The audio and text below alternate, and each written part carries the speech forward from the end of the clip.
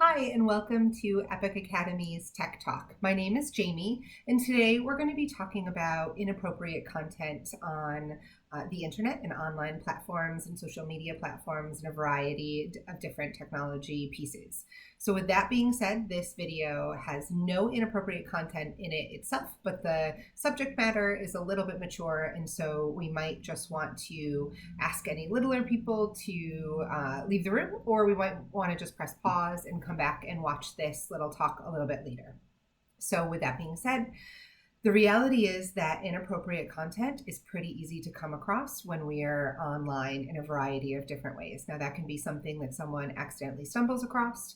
It can be something that someone is purposefully looking for. It can be something that somebody sent someone else, whether it was purposeful or accidental. There's just a lot of variables that we don't have a lot of control over when it comes to inappropriate content. So we approach this a little bit differently, and that is to just have a very preventative conversation right up front.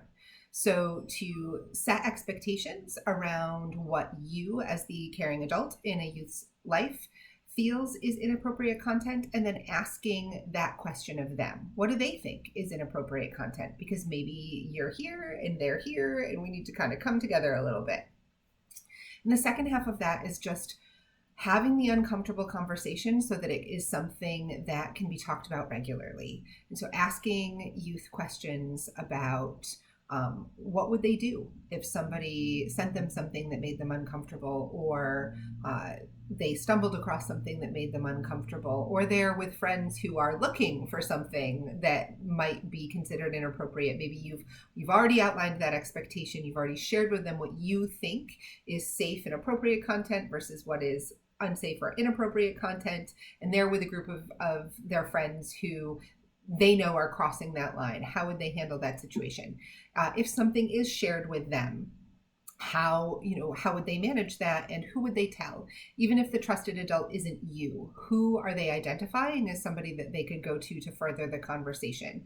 The reality is that we're not going to be able to control that all of the time. There are certainly parental controls on computers, and there's ways to keep things as best we can off cell phones.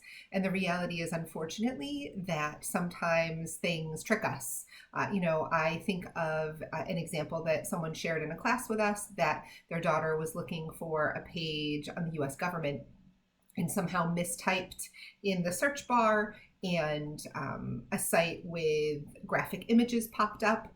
And every time she tried to X out of that page, another image popped up. It was sort of like a wormhole sort of virus that happened. And so if that happens to the youth in our life, we want to make sure that they know that they can talk to us, they can talk to a trusted adult, and that we can just have an open dialogue around our expectations for safe technology use and wise decisions when you're using technology.